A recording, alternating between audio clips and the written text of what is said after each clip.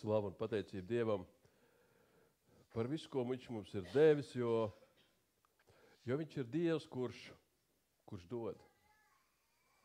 Es to vienmēr saku, jo es to vienmēr redzu un es saprotu, jo es lasu apustuļu darbos 17. nodaļu un no 24. pāntu, un es redzu, ka Dievs, kas ir radījis pasauli un visu, kas tanī, būdams debes un zemes kungs, viņš nemājo ar rokām celtos tempļos, viņu neapkalpo cilvēku rokas, it kā viņam kaut ko vajadzētu.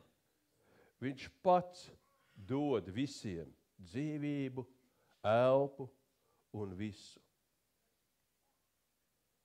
Un tālāk ir rakstīts, ka viņš ir licis visām tautām celties no vienām asinīm, dzīvot pa visu zemes virsu, nospraudis noteiktus laikus un robežas, kur tiem dzīvot, lai tie meklētu Dievu. Vai tie viņi varētu nojaust un atrast, jebšu viņš nav tālu nevienam no mums. Un arī es šorīt no rīta es pārlasīšos Kristus dzimšanas notikumus 1., 2. un 3. evaņģēlijā. Un man bija tāds pārdoms, un es sāku rakstīt, un es domāju, ka viņš, kā te ir rakstīts, nav tālu nevienam no mums. Un es domāju, kas ir tas, kas Dievu padara mums tālu? Jo, ja tā varētu teikt tā fiziski, jo garā viņš jau vienmēr mums ir klātesošs. Bet mums pašiem liekas, ka Dievs ir tālu. Tas tāpat kā, kad cilvēki ir tuvu viens otram, bet viņi bļauj viens uz otru. Tāpēc, ka viņi ir tālu. Viņi ir tālu viens no otru, jo tā, kad cilvēki ir tuvu, viņi runā mierīgi. Bet arī Dievs ir klātesošs mums. Viņš arī ir šeit ar savu svēto garu, viņš ir šajā vietā. Bet cilvēks vairs nejūt viņu klātbūtni. Cilvēks vairs nejūt, un lai gan sākumā, kā mēs lasām radīšanas stāstu, ka tur Ādams un Ieva, ka viņi bija brīvi, varēja ar Dievu komunicēt. Dievs nāca pie viņiem, un viņi bija kopā, viņi runāja tur kādas lietas. Līdz tam brīdim, kad cilvēki izdarīja izvēli, ka šo komunikāciju, šo saskarsmi padarīja aizvien grūtāku un grūtāku, jo būtībā tas bija kā vienvirziena ceļš projām no Dieva. Un tikai bija daži cilvēki, tādi izņēmumi, retums, kur izvēlējās iet pret straumi. Straumi bija tas viss lielais cilvēku vairums, kas gāja prom no Dieva. Un viņi izcēlās, viņi izleca no vispārējo cilvēku, jo viņi gāja pretī. Viņi meklēja Dievu, viņi bija īpaši, viņi bija savādāki, viņi bija citādāki, neparasti. Un tikai dažiem bija svarīgi iet šo paklausības un pazemības ceļu, un viņi meklēja Dievu. Viņiem bija svarīgi. Viņiem bija svarīgi, ka viņi jūt, ka Dievs ir viņu tūmā. Viņiem bija svarīgi, ka viņš viņus dzird un viņi dzird Dievu. Un tad, kad mēs lasām Jāņa evaņģēlijā, man patīk šis Jāņa evaņģēlijs, tāda ļoti lakoniska, rakstīts šis Jēzus dzimšanas stāsts, un viņa visas tās misijas atspoguļojums, jo Dievam nav viena alga, kas notiek ar mums. Es kādreiz varbūt liekas, ka mēs esam atstāti un pamesti un nevienam nav svarīgi, bet tad, kad mēs papētam, ko Dievs dara, ko viņš varēja pilnīgi nedarīt, bet viņš to dara, lai atgriezt, ja iespējams, ikvienu cilvēku. Un mēs lasām Jāņa evaņģēlijā 1. nodaļa, tur 4. pāns, viņā bija dzīvība, un dzīvība bija cilvēku gaisma. Un šeit 4. pāntā Jānis saka, ka dzīvība un gaisma, būtībā tas ir tā kā viens un tas pats.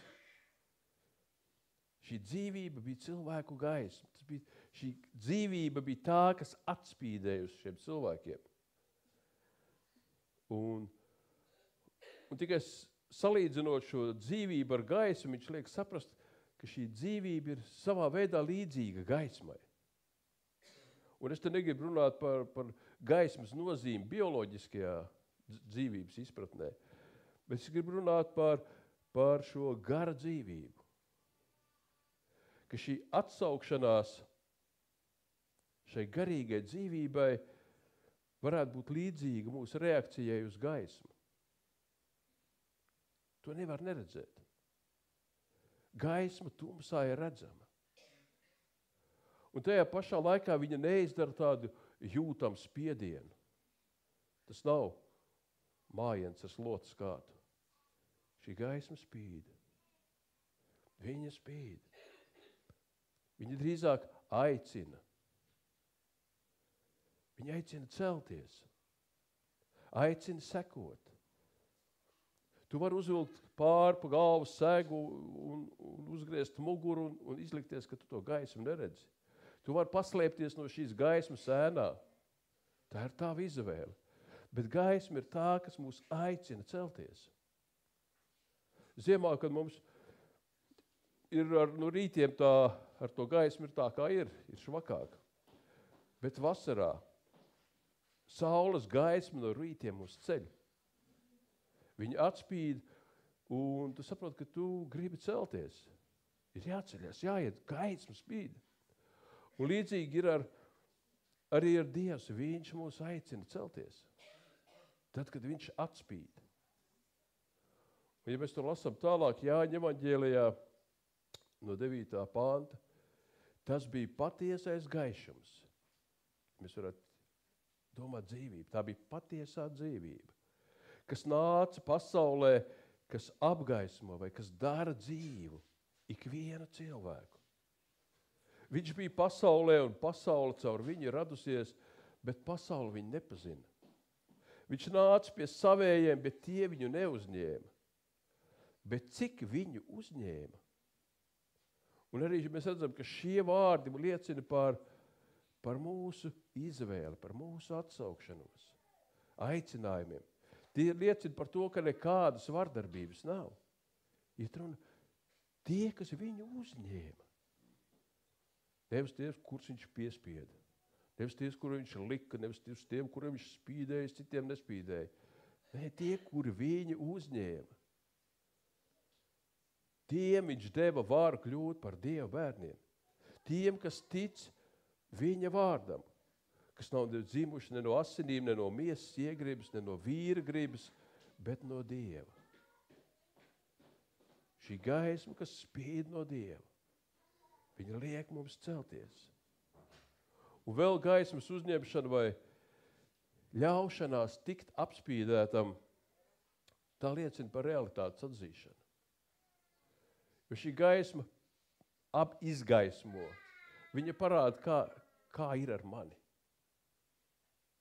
Dieva gaismā mēs redzam savu nepilnību, kas ir radusies grēka un atšķirtības no Dieva rezultātā. Dievs mūs ir radījis brīnišķīgs. Bet šī nepilnības, kas mūsos ir, tās ir šīs, ka mēs esam atrauti no Dieva. Un kad mēs ļaujam, lai Dieva gaisma mūs apspīd mūsu tumsu, tas, kas bija mūsos miris, tas atkal kļūst dzīves. Ja mēs ļaujam, lai Dieva gaisma mūs apspīd. Kā Pāvils raksta Efesiešiem 5. nodaļā 13. pants, bet visu, kas tiek gaismā celts, apspīd gaisma. Un visu, ko apspīd gaisma, ir gaisma. Visas tavas dzīves jomas, visi tavs slepenie sirds kambari, kuros ir kāda tumsa, kur ir kaut kas tiek slēpts. Ļauj tur iespīdēt Kristus gaismai. Mēs zinām, ka tur, kur mums ir šī tumsa mūsu sirdīs, tas mūs velk pie zemes. Tas velk mūs uz leju. Mēs nevaram izplest savus spārnus, ja mūsu sirdīs ir šīs tumšās vietas. Kā mēs lasījām, bet cik viņu uzņēma, tiem viņš deva varu kļūt par Dieva bērniem. Jeb citiem vārdiem sakot, tie, kas ļāva izgaismot savas sirdis, savus prātus, bet to var izdarīt tikai tad, ja mēs viņam ticam. Un vārds tapa miesa un mājoja mūsu vidū, un mēs skatījām viņa godību, tādu godību kā tēva, vienpiedzimušā dēla, pilni žēlastības un patiesības. Jānis Kristus dzimšanu viņš apraksta tā dziļi un pēc būtības. Ja mēs lasām Lūkas evaņģēliju, tad viņam kā vēsturniekam ir svarīgi aprakstīt tieši tos notikumus, kas notika. Kas reāli notika, un arī tie ir svarīgi. Redzēt, kā Dievs gādāja par to, lai mēs nešaubītos un atpazītu to, kuru Dievs ir sūtījis. Mēs par to runājām pagājušajā svētdienā. Un Lūkas evaņģēlijā no 2. nodaļas, no 9. panta. Un tā kunga eņģelis pie tiem piestājās, un tā kunga spožums tos apspīdēja, un tie bijās ļoti. Bet eņģelis uz tiem sacīja, nebīsties, jo redzi, es esmu jums pasludinu lielu prieku, kas visiem ļaudīm notiks, jo jums šodien pestītājs dzimis Dāvida pilsētā, kas ir Kristus, tas kungs. Un ņemieties par zīmi. Jūs atradīsiet bērnu, autos ietītu un silē gulošu, un piepeš tur pie eņģeļa bija debes pulku draudz, tie slavēja Dievu un sacīja, gods Dievam augstībā, un miers virs zemes un cilvēkiem labs prāts. Tur ir vēl daudz un dažādi notikumu un detaļu, kuras ir zīmīgas un svarīgas. Bet galvenais, ko es šodien gribu vērst jūsu uzmanību, ka tas ir mans lēmums uzņemt Kristus gaismu. Ļaut šai gaismai iespīdēt manī. Lai visa tā tumsa, kas ir manī, lai tā kļūst par gaismu. Tas ir ārkārtīgi svarīgs lēmums. Jo varbūt tev tā Kristus gaisma spīd tavā sirdī tikai pacelaiks caurumu. Tas mazs tievs gaismas stariņš. Un tev liekas, ka ar to jau pietiks. Kristus jau ir iespīdējis manā sirdī. Lai gan visticamāk tu ļoti labi apzinies, ka ir par maz. Ir par maz. Tikai caur atslēgas caurumu iespīdēt. Bet tas, ko es gribu teikt, ka šis aicinājums ielaist Kristu savā sirdī, viņš vienmēr ir tāds maigs. Tie, kas ļāva, tie, kas uzņēma, tur nav nekāda spiediena. Kad saules gaisma vasaras rītā apspīd tevi un ne vairāk. Mēs tad zinām, kāda tā sajūta ir, kad saule spīd no rīta. Šis Dieva aicinājums, viņš nav stiprāks. Viņš nav uzstājīgāks, viņš nav, neviens tev tur aiz kājas nerausta. Viņš ir tik maigs. Šī gaisma, tu viņai ļauj spīdēt, vai tu viņai neļauj. Viņš spīd kā gaisma, tā mīlestība plūst. Dievs tev nelauzīs tavs sirds durvis. Viņš nesauks palīgā omaniešu brigādi, kas tur ar tiem durvis sitējiem tur izlauzīs. Viņš to nedara. Viņš spīd kā gaisma. Un kāpēc es to saku? Jo mēs palaižam bieži šo mirkli garām. Mums liekas, ka ir jābūt kaut kādam, zibenim man jāiesper vai vēl kaut kam jānotiek, lai es vērstos pie Dieva. Bet Dieva aicinājums, viņš ir kā maiga klusa balss. Un mums ir svarīgi viņu dzirdēt un saprast, ka tas ir Dievs, kurš mani aicina. Viņš man neslānīs ar slotas kātu, vai sētas mietu. Mums ir svarīgi to sajust. Atcerieties, augstajā dziesmā bija kāda vieta, kur mīļotais klauvēja lūdzu, lai viņi ielaiž iekšā. Un viņa tur bieži vien, tā arī tāpat kā mēs, viņa nevarēja tur saņemties un sataisīties, un kamēr tur ielaidīs, un tad viņa ielaida. Nevis ielaida, viņa beidzot sataisījās un gāja vērt vaļā durvis. Mēs tur lasām no 5. nodaļas 6. pants. Un kad es beidzot atvēru durvis savam draugam, tad viņš bija aizgājis. Un nebija vairs redzams.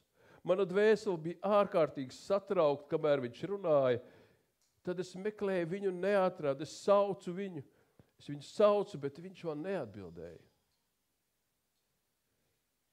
Viņš nāca un klauvēja pie manām durvīm.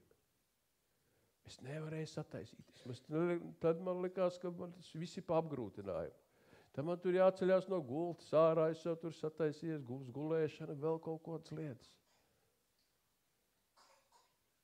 Bet cik ir svarīgi to mirkli noķert, ka tā klusā balss.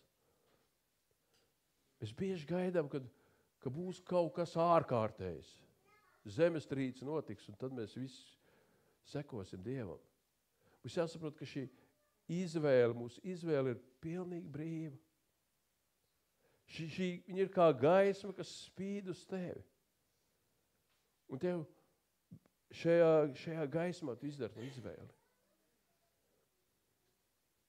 Bieži vien mēs ticības lietas mēs uztveram tā pragmatiski. Kaut kas ir jāizdara, lai būtu svētības, lai dabūtu mūžīgo dzīvību. Mēs tādi lietišķi visam tam pieejam. Noticam kaut kādiem rituālu spēkiem, ka man tur veiks kādas svētdarbības un viss būs. Bet tā nav. Es varētu teikt, ka šīs attiecības ar Dievu, viņas ir tāds ļoti intīmas. Tad, kad tu viņam tiešām atver savu sirdi. Tas ir grūtāk nekā vienkārši darīt kādas lietas. Un cilvēki biežāk izvēlās vienkārši, es iešu uz baznīcu, es tur lasīšu Dievu vārdu, es tur vēl kaut ko kalpošu un darīšu. Bet sirdī Dievs Kristus spīd tikai pacelēks caurumu.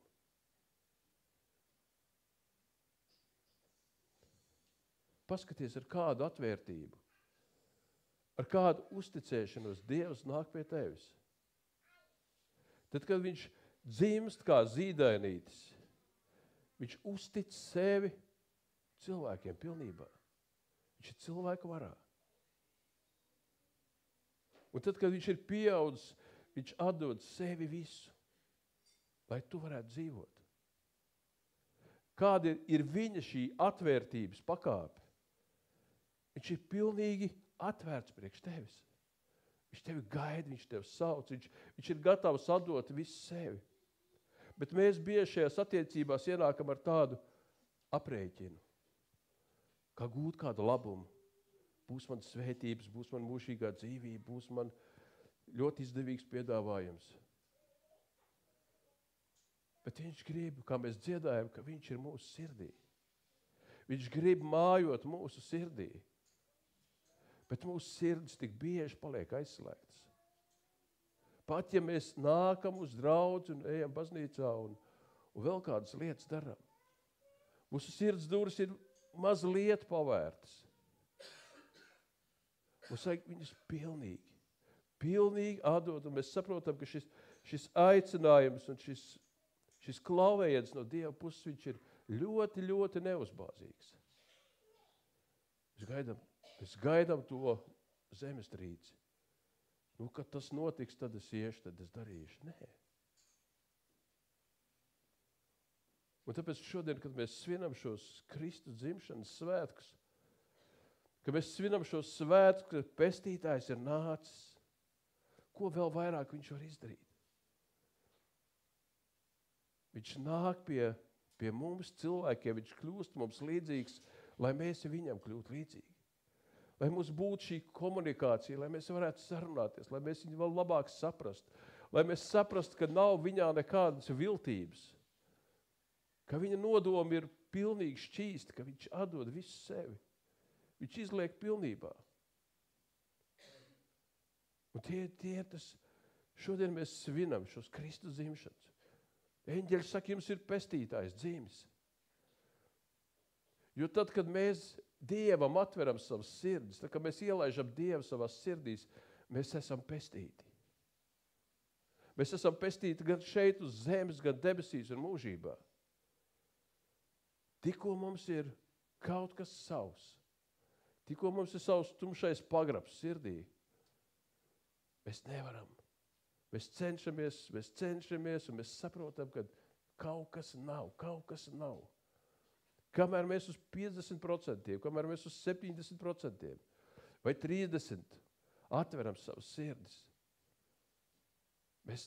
mums pietrūkst. Un tad nāk vilšanās. Tad nāk vilšanās par Dievu, tad nāk vilšanās par ticību Dievam, par kalpošanu. Un liekas, kā, es jau vēdlociņu atvēru, bet es jau gaidīju saņemt visu. Bet tad, kad mēs atveram visu, tad mēs arī saņemam visu. Un patiešām tāpēc es gribu, lai mēs lūdzam par sevi. Lai mēs, ja mums ir šīs tumšās vietas, šīs slēgtās istabas mūsu sirdīs, kad mums ir jāsaprot, ka tas Dievs mūs aicina. Viņš spīd uz mums ar savu maigo gaismu. Viņš gaida, ka tu viņus atvērsi. Atdod visu Dievam. Un es aicināšu, ka mēs lūdzam, o debes Tēvs visvarenais. Patiešām, tu esi mums atdevis visu sevi. Tu esi tas Dievs, kurš dod, mans kungs. Tu dod mums visu sev, mans Dievs, bet mēs pretī dodam tikai daļu. Bet tās nav savstarpējas mīlošas attiecības. Savstarpējas mīlošas attiecības ir, kad gan viena, gan otra puse dod pilnībā. Ka viņa neatstāja sev kādu rezervīti priekš sevis. Dievs visvarenais. Es tev lūdzos patiešām, kungs, runā uz mūsu sirdīm. Runā, mans Dievs, lai mūsu sirdis iedegās. Lai tava gaisma, kas ieplūst mūsos, lai tā iededzina, lai tā liek mums degt, lai tā liek mums priecāties. Kungs, piepild mūs ar savu svēto garu, ka mēs varam gavilēt tavā priekšā. O, kungs, mans Dievs, kādu dārgumu tu esi ielicis mūsu sirdī. Kāds tu esi dārgums, mans Dievs, ko mēs turam un par svētu, mēs turam po to par dārgu. Debes Tēvs, es tev lūdzos patiešām. Tad, kad mēs atvērsim savas sirdis, tad, kad mēs atvērsim savas sirdis pilnībā, kungs, tad mēs degsim pie tā priekš tā kunga. Jo mums nekā cita nav. Mums nekā cita nav. Kad Jēzus gāja, mans Dievs, par šo zemi, viņš cilvēkus darīja redzīgus. Viņš darīja redzīgus un viņš darīja dzirdīgus. Kurlos viņš darīja dzirdīgus. Un klibos un tizlos viņš darīja vesels, ka viņi varētu iet. Kungs, mīļais Dievs, tu atklāji mums, ka šīs lietas notiek arī garīgi. Tu garīgi atver mūsu acis un ausis, mans Dievs. Tu garīgi mūs stiprini, mans Dievs, lai mēs neklibojam uz abām kājām. O, debes Tēvs, es tev lūdzos. Patiešām, kā tu saki, lai kam ir ausis, lai dzird. Kam ir acis, lai redz, mans kungs. Kam ir kājas, lai iet. O, debes Tēvs, patiešām es tev lūdzos. Dodi mums šo drosmi. Vairo mums ticību, ka mēs varam priekš tevis atvērt tik viens savu sirds stūrīt un pieņemt tevi. Kungs, lai Kristus mājo manā sirdī. Tas Kristus, kas ir nācis šai pasaulē, viņš ir nācis tuvāk kā jebkad. Viņš ir atklājies kā cilvēks, lai viņš varētu mājot manā sirdī. Debes Tēvs, es tev lūdzos patiešām. Kungs, atver. Palīdzi mums atvērt savas sirds priekš tevis. Neliec, ka mēs esam tādi rezervēti un ar nogaidoši, mans kungs. Kristu nāc, spīdi manā sirdī, spīdi manā dzīvē. Kungs, man ir svarīgi tikai tas, ka tu esi manā sirdī. Es negribu savu dzīvi dalīt 2 vai 3 daļās. Es gribu visu savu dzīvi atdot tev. Halleluja, kungs, debes Tēvs, patiešām, lai tavu žēlastību un tavu mīlestību tiešām piepilda šo vietu.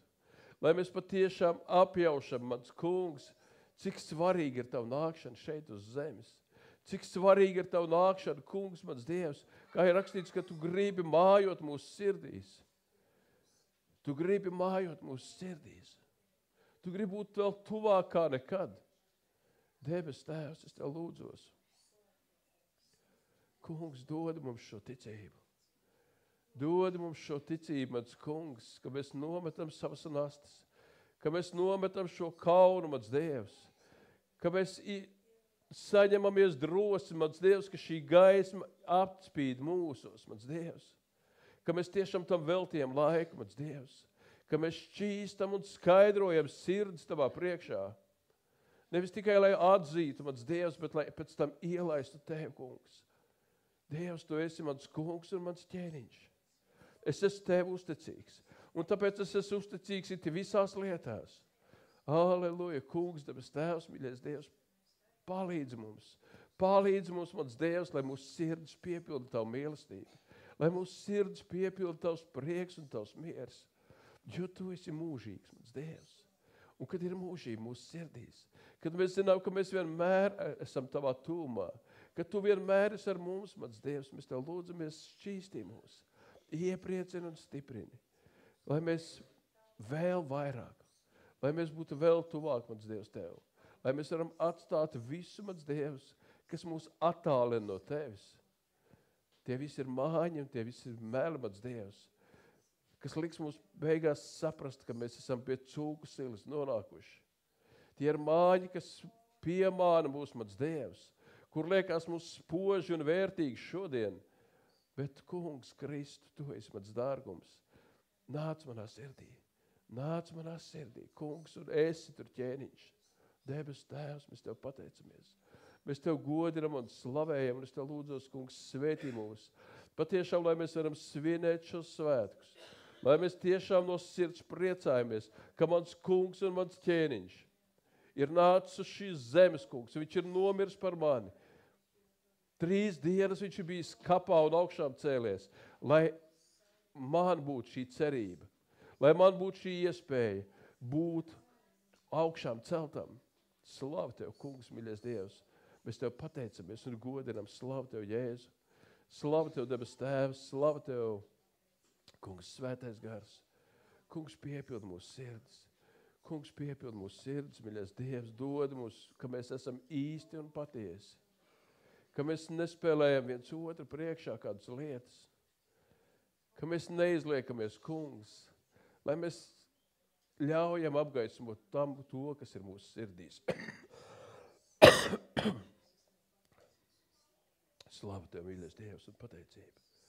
Slavu tev, kungs, debes tēvs, mēs tev pielūdzam. Mēs pielūdzam tev, kungs, un mēs lūdzamies piedod manu. Piedod, kungs, mīļais Dievs, par manu. Ka mēs paturam šīs lietas priekš sevis. Nāc un šķīstī, nāc un tīri mūsu dzīves, nāc tīri mūsu sirds, lai mēs mācamies no tevis pazemību un lēnprātību. Lai mēs varam ņemt tavu nastu, kungs, mans Dievs. O, debes tēvs, es tev lūdzos, piepildi katru, mans Dievs. Piepildi katru savā žēlstībā. Patiešām slava tev. Slava un pateicība tev, kungs. Slava tev tēvam, tēlam un svētiem garam. Āmen.